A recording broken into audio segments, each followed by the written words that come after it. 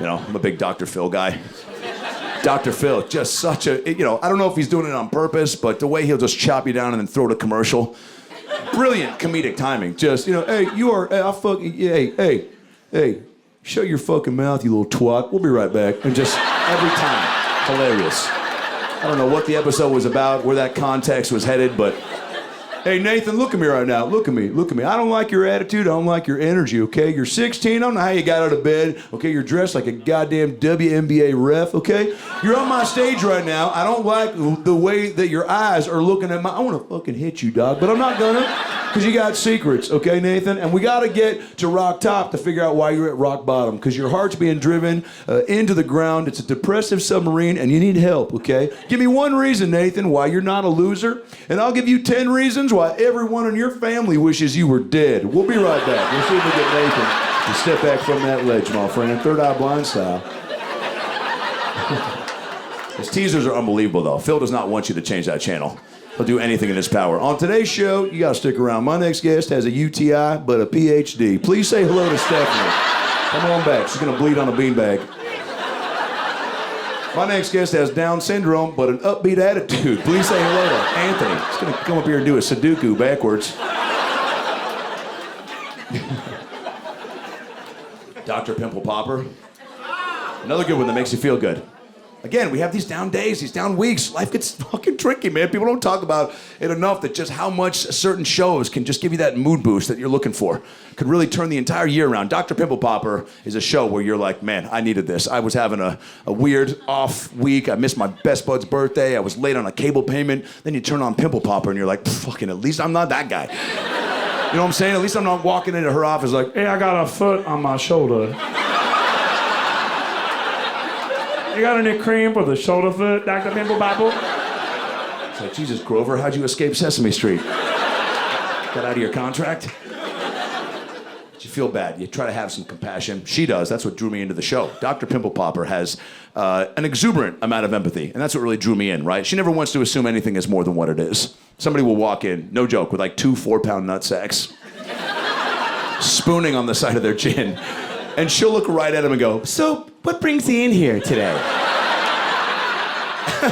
I bet it's not the fact that you're teabagging your own fucking face, is it? There's got to be a mole somewhere we can trim down. Get those ears to line up. Planet Earth was my go-to COVID show. We all had that show during the pandemic that just helped us escape. And I travel all the time, so once that was sucked out of my routine, Planet Earth was this, you know, saving grace of like, dude, look at all these beautiful places the country provides that I might not ever get to see live in the flesh again. And David Attenborough, to me, has the best pipes in the biz. This guy narrates the shit out of these amazing views. But even his commentary was getting too raw for my taste, because the chaos that was happening outdoors was bleeding into his narration. He was not immune from what was happening. It was like, Tasmania is a world apart. And just like any other sanctuary this side of Australia, winter means a struggle for survival. As the snow wolf fights for food, the platypus finds shelter in a nearby cave, which provides the perfect place for him to kill himself in. Fuck, why would he do that, Dave? Because, Adam, COVID-19 is running rampant! Monkeypox is just around the bend. Debt is at an all-time high. Jobs are at an all-time low. And who knows if a vaccine will be here soon enough to save us. I myself am not vaccinated. I didn't get Pfizer, Moderna, or Johnson & Johnson. I went to Costco and got the Kirkland brand vaccine.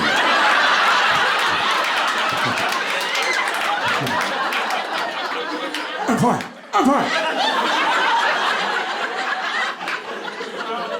If you did get the Johnson & Johnson, may God have mercy on your soul. That is a roll of the dice that nobody should. It's never a good sign days after you get injected with anything and the government comes out and they're like, you didn't take all of it, right? I mean, we still got some bubbles to work out, baby. If you don't want to go bungee jumping, hear the guy behind you at the edge of the cliff go, whoa, don't go yet, it's not ready!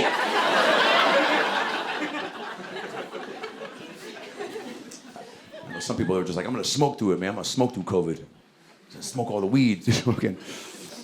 Yeah, I know. You get signs. You know, I like being a comedian smoking pot. People don't chastise you for that behavior. There are jobs where you get in trouble. Sha'Carri Richardson, the Olympic marathon runner, got kicked out of the Summer Games for smoking weed. They told her it's a performance-enhancing drug. You can't smoke pot, Sha'Carri. It's a performance-enhancing drug. No weed for you, Sha'Carri. It's a performance enhancer. I was like, okay, Olympic committee, who's never done drugs before?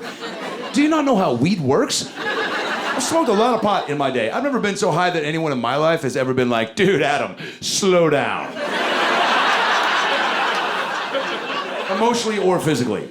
It's always like, hey man, you haven't blinked in an hour and a half. Should we take you to the hospital? You drove to 7-Eleven, got a Slurpee, forgot that you drove and walked home. I think it's time to hit the reset button, man.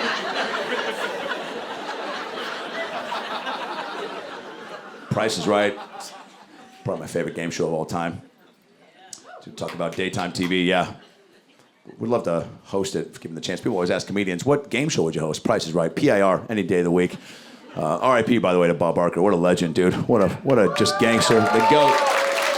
I'll be honest, I thought he died 15 years ago, but that's, he was just living as a dead guy for like 20 years. But getting that old too, it's like, fuck, that's why when you look at, I mean, Harrison Ford's 81, and he's still doing Indiana Jones movies, which has got to be pissing Joe Biden off. Joe's 80. Joe's 80, and he's just like, I'd love to see a flight of stairs at the mall, you cocksucker. God bless him, Joe. God, I think things took a turn when that 60-minute interview aired. They were like, Mr. President, wow, how's your focus? And he was like, never a good sign when you start nervously laughing before you respond to anything. He's like, my Focus, hey, I'll drive a Ford Focus. Is that what you want? I'll drive it right now. You want to go to Jumanji? I know the way. I know the leader. We'll take a right. We'll go left. We'll go up, down, A, B, select, start. Hey, it's your world. I'm just, hey, chicken or beef, fart or queef. Hey, I'll eat a spoon. I'll eat soup with a fork, but does that make me gay? It's like, Joe, that's not the question. Stay on track, baby. Every time he talks, I'm just like, come on, baby, sound it out. We got this. I'm on the other end of the TV, so supportive, right? When he's like, sometimes I'm just like, yeah, and I'll blow into the tube, hoping he'll go, thanks, Adam, and just, take that boost into the next story. He shouldn't have been on that bike. I don't know why JoJo was on that bike. You're 80, baby. No one expects anything of you aerobically when you hit 80, right? I don't know who in Joe's camp was like, Mr. President, the American people don't want to hear about your views on healthcare. They want to see if you can ride a 15-speed Huffy through a dusty terrain. And Joe, God bless him, was like, no problem, I got it. Why you want that? You want it? Just fucking parkoured into the bushes in broad daylight and bled from the eardrums. He went full America's Funniest Home Videos. Why you want it? I was like, Joe, this footage should not exist unless you're trying to win $25,000 from Alfonso Ribeiro. Gotta Control, Alt, delete this shit, man. Jill is standing by him, and I love that. She's like, whether he falls upstairs or down bikes, I'm right there with him. And she's, doing what a first lady does. But at some point, as every first lady has to do, it's a thankless job. You got to step up with your own campaign slogan, your own motto that really unifies the country. Every first lady's done it.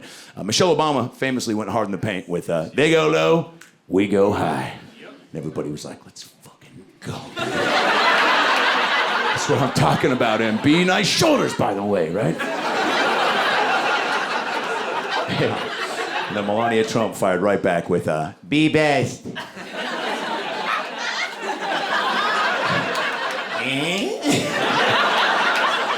And everybody was like, yeah! Wait, what? The fuck did you say? Be best, be better, try your best. I feel like we're missing some words, sweetheart. For sure Trump was standing in the wings staring her down like, look, you get 2 syllables a week and then back in the box, bitch. You've already said too much. Excuse me. Somebody grab a cookie by the pussy and give it to Barron.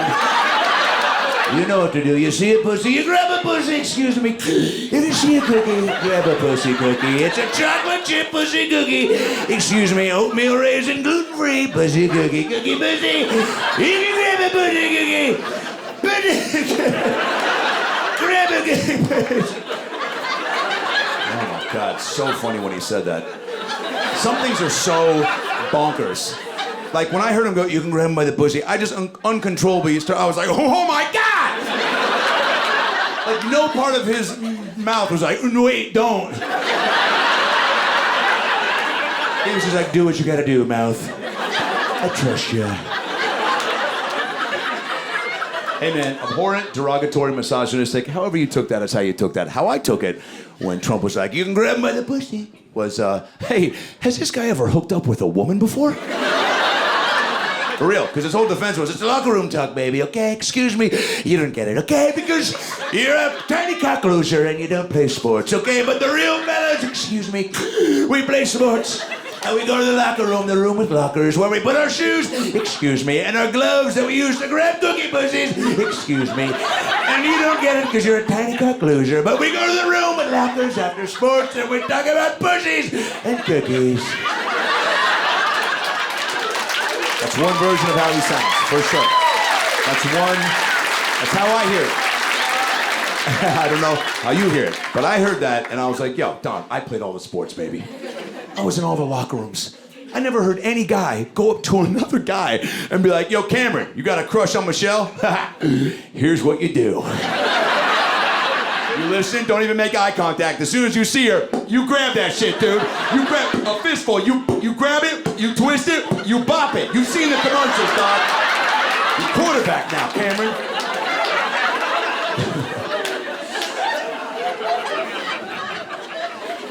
People, I don't know. Everyone's just trying their best. Lizzo was on top of the world, man. And fucking one weird move. Who knew that was, you know someone till you know him, truly. Lizzo, I was so pumped. She was just like, man, you could still have a fat ass and get on a trampoline. I forget what she said, but just the whole body positivity movement that she was pushing, I was a real big fan of. I thought it was awesome, because again, having weight issues growing up, I was like, this is really, people are too hard on themselves. I hate that. She truly was sticking up for people to be like, dude, just fucking don't be so hard on yourself. It sucks. Life is short. And I dug that, And I was pretty indifferent about her tunes. Catchy as all hell for sure. But, her videos would pop up in my IG feed and she was like, you want to see me get in a hot tub? And I was like, I got a couple hours to kill for sure, yeah. But then she just took a turn, man. I don't know if you guys know exactly what happened. My wife and I, we looked up. We're like, what did Lizzo actually do? And so I pulled up the article. I took a little screenshot just to make sure I didn't misquote exactly what went down. So it said, it's claimed that Lizzo began inviting cast members to take turns touching the nude performers, catching dildos launched from the performers' vaginas, and eating bananas protruding from the performers' vaginas during a visit to a strip club in Amsterdam. Yeah.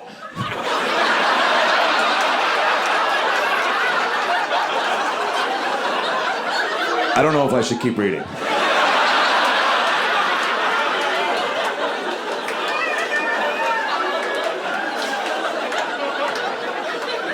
You do know it is illegal to jack off in the showroom, right? That should be a rule of thumb in most public settings. I mean, I don't know what that was, but it didn't sound good.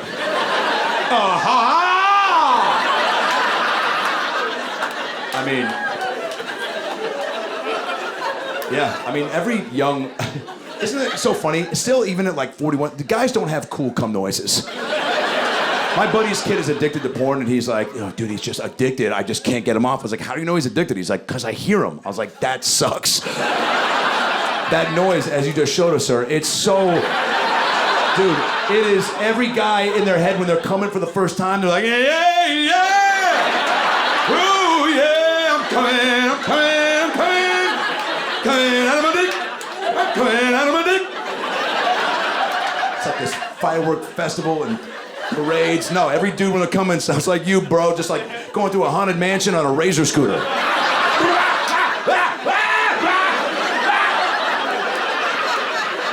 I mean, thank you for setting up that joke. I was not going to do that.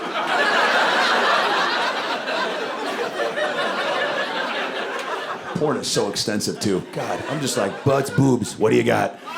Some people are like, I need like 15 storylines. I need plot. Stepmom fucks stepdad until stepson comes home early from Iraq. It's like, dude, that's too much.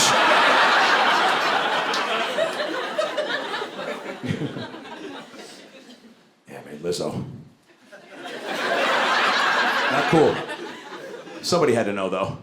There's always somebody from the past that comes out of the woodworks when these things make national news. Get on any camera, any station, they're like, yeah, I knew. I knew. I went to elementary school with Lizzo. And, I know she was always pretty cool, but you could tell by the way she played kickball. I always played kickball with Lizzo. Every time I rolled the ball to her, she was just licking her lips like, I don't know if she thought it was because she thought it was a meatball or something.